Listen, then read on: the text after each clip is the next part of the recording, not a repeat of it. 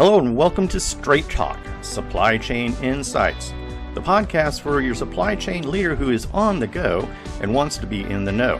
And now, your host, Lora Cecere. Welcome to Straight Talk with Supply Chain Insights. My name is Lora Cecere. I'm the founder of Supply Chain Insights, and this podcast is designed for supply chain leaders globally. I want to be sure to be able to help leaders to gain first market advantage. In this podcast series, I'm interviewing first and second generation supply chain pioneers to ask them the key questions about what advice do they have for the changing generations and how can we make supply chain careers more successful. Today, I'm interviewing John Sicard. John is one of my very favorite technology leaders. John and I met about 2012 when I was an analyst at Gartner, and he has been very successful in his leadership with Kinaxis. John, welcome to the show, and tell the group a little bit about yourself. Well, thanks, Laura. It is always a distinct pleasure when I have the opportunity to spend time with you. I'm a little bit about myself. I'm a software engineer by training, but I would say I'm a software engineer that fell in love with this discipline, some 30 years ago. Growing up, there's a television show here in Canada called How It's Made on PBS, and it would just, show you how the most mundane things that you consume are made. They never told you how they were distributed, but I was always fascinated by how complex, the simplest of devices were to fabricate and ultimately, be delivered for consumption. And so I've always loved the craft. I still am. I think, there's never been a better time, in fact, to be in supply chain than today. So I'm also a musician. For those who know me best know that I'm most comfortable behind a set of drums wailing away at, a Foo Fighters song or something like that. I'm a pretty heavy rockin' drummer. And I love that, your office has those sticks behind you, and I imagine that you drum quite a bit. So John, when you look back at your career in supply chain, what insights would you have about your experience and what you've learned for people entering the craft or the space, so to speak? Well, first, I would say it's a craft that most people take for granted. Maybe less so now, and we can chat a little bit about the silver lining areas of COVID as it relates to supply chain. But for most people, this craft is taken for granted. People go about their days consuming necessities and niceties, but even necessities without an understanding of what it actually takes to source, manufacture, and distribute what the world consumes on a daily basis, especially necessities. And so, the other thing I've learned is, I remember, thinking way back, and maybe this takes us back to the AMR days, thinking about how supply chain affects the health of the planet. And again, I think back then, some 20 years ago, 15 years, 20 years ago, people didn't necessarily think about this discipline as having a profound impact on the health of the planet. They thought about mostly in commercial terms. Well, I think that's changed a lot. And people now look at it as, supply chain has, I would say, I don't know of another discipline, in fact, that has a more pronounced impact on the health of the planet itself. And so it's now becoming a lot more than just about the sourcing, manufacturing, and distribution of necessities and niceties. It's becoming about how, what do we do to ensure that we do no harm while we source, manufacture, and distribute, these goods. Well, John, I think those are two great insights. One, that most people take supply chains for granted, and two, supply chains can save the world. And I'm hoping that, supply chain leaders of the next generation do just that. But when you think back about your career, what made you successful? Well, I think there's a few things that I look back on that, to some degree don't have much to do with supply chain at all, but more I'd say learnings. Everything I've ever learned has been through the generosity of others. I tell every employee In fact, anybody who'll listen to me, frankly, that when you stop learning, you start dying. And so every day you're a student. Every day for your entire life, you should have the perspective of being a student. But with each passing day, and as you gain in knowledge and wisdom, you become a pretty important teacher also. You're a student and a teacher. And so I learned that lesson first, to be a gracious and a thankful student, I'd say. Maybe that's the best term. When somebody teaches you a thing, it's a kindness they offer you. And so you should be an appreciative student every day. If somebody takes the time to teach you a thing that you don't know, it could be something about leadership, it could be something technical, it could be something about business, it could be anything at all. But you should be gracious and thankful for that. Thank people, But the other thing I've come to learn throughout my career is, to be a generous teacher. Hide nothing. It's the only way humanity progresses, is if you have professionals who, build careers like you and I, and share everything, hide nothing, leave it all behind, pay it all forward. That's probably the biggest lesson I've learned in my career. And so I've been blessed with having learned from some amazing people who have, basically have hidden nothing from me. And so I thank them. I am not who I am without them. And now I feel like, the stage of my career, my job is to pay it all forward. I'm still learning for sure, but I do my very best to practice being a generous teacher also. So John, I do love the fact you're a consummate learner. Where and how do you learn? I love having conversations, especially with people that I've only just met. Because it's almost like they're, every person I meet, I feel like they're almost a vessel of new knowledge, and experiences that I can tap into, but also, obviously reciprocate with everything that I've come to learn.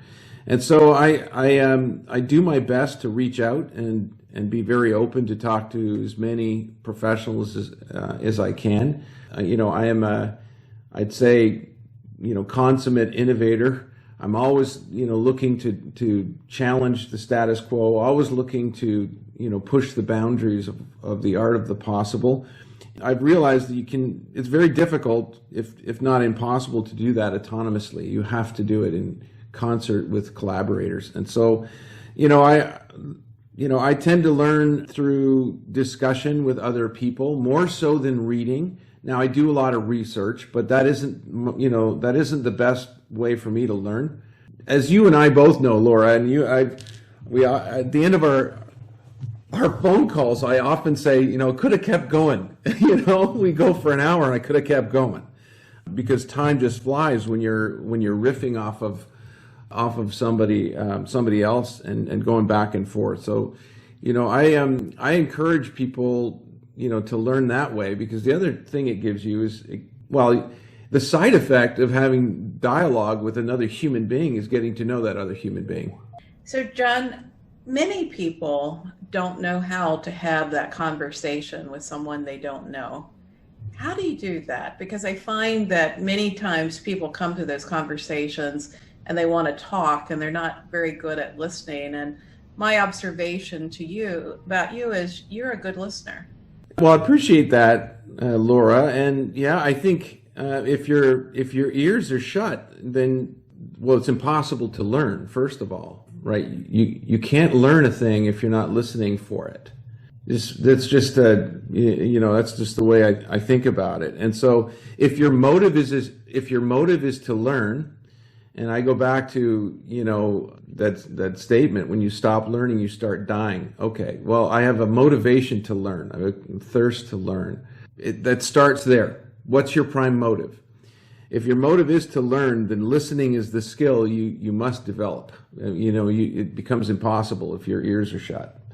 So that's number one. But I'd say even before that, it starts with having a genuine interest in the experiences and knowledge of others. One of the things I do at Kinaxis is I meet every new employee, every single one, as we hire them. And we hired almost 500 people in 2020. So now I don't meet them one-on-one, but I meet every single person because I want to establish, at least, plant the roots of some trust between people. And it starts just with a conversation, not about exchanging knowledge, but exchanging, I'd say, just exchanging personal stories. You can't trust people you don't know, and you can't know people unless you spend honest time with them. So start with that endeavor. Spend some honest time with a person. Get to know who they are as people, not what they've done or what they know, but you start just by who they are. And that's the first, I'd say, bridge. It's like a trust bridge that you start to build. And once that's there, it opens up the opportunity then to start sharing knowledge and wisdom that you've collected and vice versa.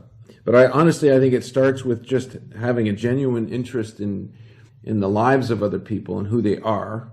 And I use those words deliberately, who they are, not what they've done, not their LinkedIn profile and what school they went to, but who they are as people.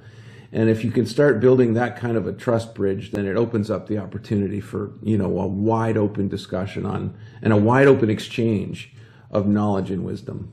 Also, my observation about you, John, is unlike a lot of other technology leaders, you're more humble. I think you're more genuinely interested in what others have to say. And, your ability to listen and your ability to be humble and your natural curiosity, I think, is my observation served you well. Any thoughts about that?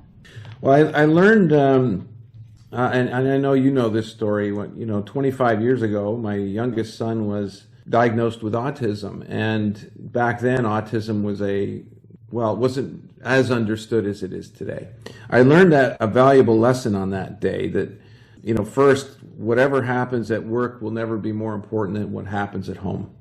You really understand what it is to be human, I guess, when you're faced with conditions like that. And I think that, has certainly helped me understand, perhaps the underlying formula for humanity, the simple pursuit of joy. It's the one thing I think that unites all of humans around the world, regardless of age or geography or religious background or gender or any of those things, is that simple pursuit of joy. And if you can anchor your life on that simple equation, it's not like, what have you done and where have you gone and what school have you done and what are you wearing, and none of those things actually matter.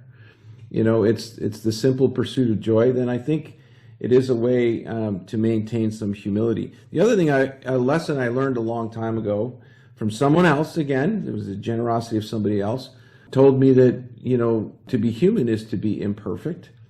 And so you should apologize for at least one thing every day, right? Jesus didn't live a perfect day. And if you apologize for any misgiving, maybe you were short with a spouse, or you forgot to call a coworker or whatever.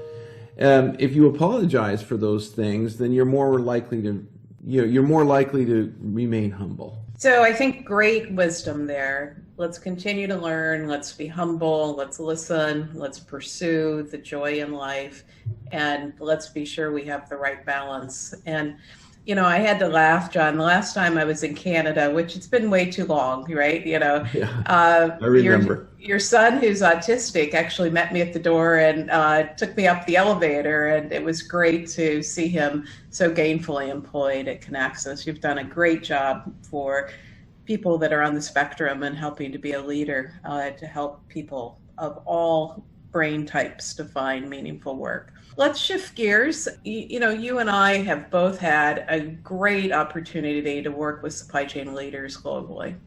And, one of the things that I find fascinating in my 20 years as an analyst is watching people that I mentored 2 decades ago, assume leadership positions. And I'm curious what you think matters in the people that are able to really drive forward, and what your observation is from watching people mature in their jobs. What does it take? What's the right kind of combination of things that people should think about as they think about becoming a supply chain leader?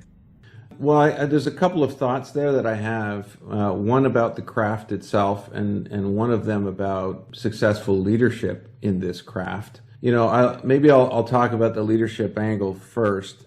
First, I would say that I've watched some great leaders, and I've learned some great things about what it takes to succeed. And one of the things I've come to realize is there's the team you're on, and there's the team you lead. A lot of people don't think that way. If you ask an executive, who are the key players on your team, they often look at their feet. They think about the team that they lead, not the team they're on. And supply chain is a team sport. As an executive, it is by definition a collaborative sport. And so you have to start thinking about your team members as being adjacent to you, not necessarily beneath you, as you like, this is the team that I lead, so I have director, I have this. No. The teams in supply chain are most likely adjacent, not most likely, they are going to be adjacent to you.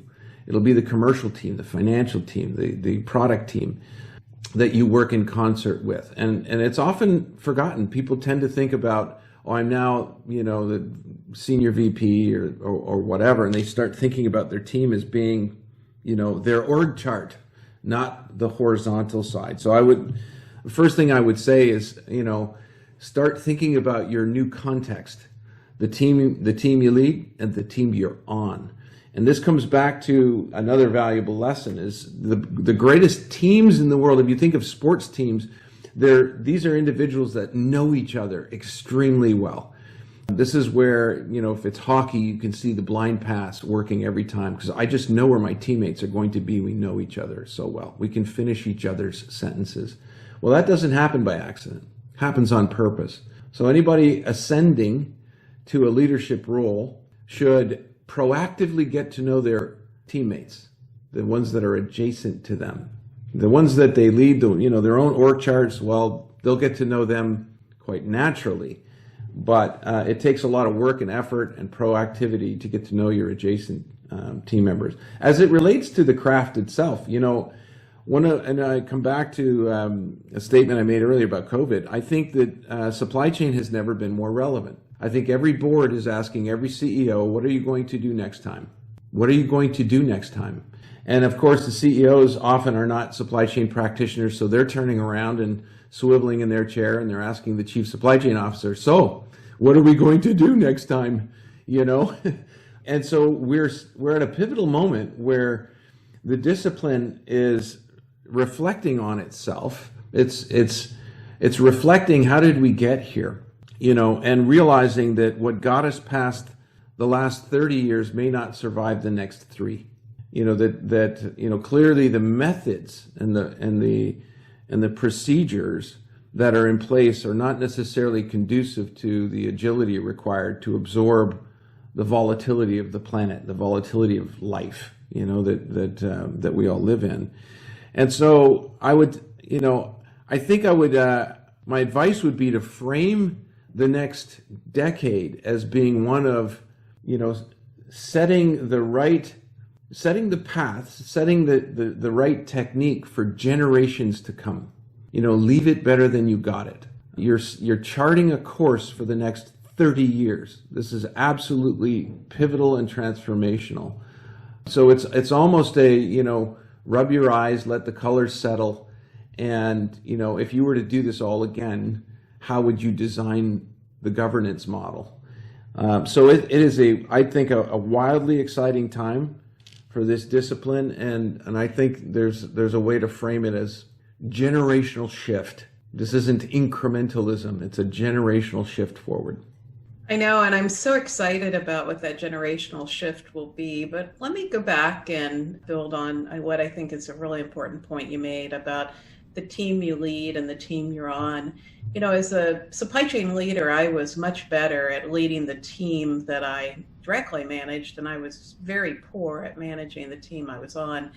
And one of the things that I really had to think about is, what is teamwork? Because a lot of times people will say, just be a better team member. But teams come in all different shapes and flavors, from a hockey team to a swim team, and, really understanding the people and appreciating their strengths and their weaknesses is a skill that I learned the hard way, John. And how do people learn that so they don't get the hard knocks that Lora got? Yeah, I think it starts, as I said before, getting to know people for who they are and not what they've done. It starts there, I think, because it's, I'd say it's a focus on humanity as opposed to skill. And it develops, I'd say, something that might be lacking in our, in some cases in this generation, and it's empathy for the human condition and for others. When you know a person, you're more likely to empathize with their strengths and weaknesses. If you don't know them, you might not accept their weaknesses. Let's just say you'd be less than generous. And it's we all have them. I know we all have them. As I said, to be human is to be imperfect. So life is just about recognizing those things and recognizing that we're, a team of imperfect humans attempting to achieve greatness together. Now, I think that it starts with motive, and it's important to establish motive with your teammates early on. That's a great anchor, by the way. And even at Kinaxis, I say this all the time: no one should celebrate a hat trick when the team loses 4-3. It's one of my sayings, right? No one celebrates a hat trick when the team loses 4-3. If you have a teammate like that, they don't belong on the team. And if you can anchor on that motive, I think it does make the collaboration that much easier with your adjacent teammates. But it does take proactivity, right? Because people tend, like if you're in the inventory world and I manage inventory, well, that's my context. I know it. I'm an expert. And I'm measured on, inventory optimization or whatever the KPIs are that, and that's how I think about it. So I don't necessarily think about the team metrics, but I think that has to change. I mean, supply chain is by definition a team sport. And the teams that win are the ones that finish each other's sentences. The teammates finish each other's sentences. Yeah, at least that's what I have seen. There's great collaboration between teammates. But I think, anchor on motive first. As the only female on many of my early teams, I had a big chip on my shoulder, right? It was hard for me to align on motive. And I was very hardworking and didn't really spend enough time getting to know people as people. And I think that's great feedback. Anything you would give for advice for people that are diversity listening, people of color, women, about how to get the chip off their shoulder? Yeah, it's interesting. Right before this call, I was actually on our DEI, diversity, equity, inclusion team and they were briefing me on all of the wonderful things that they were doing at Kinaxis. So, it's difficult to get into an individual's head, say, and help them see or recognize, how they should perceive others. I think society is in general getting better and better every day. I believe that. I choose to believe the positivity in human nature. I think the evidence is there. You have to choose to see it. Is it perfect? Of course not. I think 100 years from now, we will be better still, but still not perfect. It's an ever evolving, humanity is ever evolving in different parts of the world. But I would say it starts first with believing in oneself and, being fearless. And I think this is true of anybody. Be fearless with what you know. Be fearless, in fact, with what you don't know. Especially in leadership, I've realized this a lot of, another common derailer when people ascend to leadership positions is they assume they're supposed to know everything. The truth is, and I've definitely come to realize this in my career, is that as your career progresses, the less you know, and the more humble you have to be. You have to leverage the intellect and the wisdoms of others. And so, I think society is definitely getting better. As I said, when I think about diversity, and you mentioned this, we extend well beyond, I'd say, the more commonly expressed diversity categories into neurodiversity. And you start to really realize then, everybody is quite unique. The other thing you realize is, and this is, I think, societal, we are so much stronger together. Humanity was not designed to live in isolation. This is what is making COVID, so difficult. We're just not designed to live in isolation. We're designed to live stronger together. Well, John, thanks for some great nuggets. I appreciate you being on our podcast series today. Anything you want to close with before we leave the audience? Well, if you're considering a career in supply chain, I'd say there hasn't been a better time in 3 decades to join. I think that, the people who are joining this craft today will experience, well, not only experience, they will be part of establishing a generational shift in what governs the planet's supply chain. And the byproduct of that, while it will certainly serve humanity, but more importantly, it will be a massive improvement on the environment. If we do this well, Laura, we will have a profound impact on the health of the planet we live on. Well, thank you, John, and thanks for joining Straight Talk with Supply Chain Insights. And I welcome everyone to listen to the entire series of business leaders reflecting on what it takes to be able to drive a successful career in supply chain. Until next time, thank you. My name is Lora Cecere, and I'm the founder of Supply Chain Insights, and I want to give you a personal invitation to join this year's Supply Chain Insights Global Summit. Now in its 8th year of doing this conference, we designed this for a unique experience for supply chain leaders to learn from technology leaders to think differently and drive new outcomes. We're hoping that you can make it on September 7th through the 9th in Franklin, Tennessee. In the conference, we handpick all of the speakers, and we design the conference for a unique networking experience so that you leave to build a guiding coalition for change. We hope to see you there.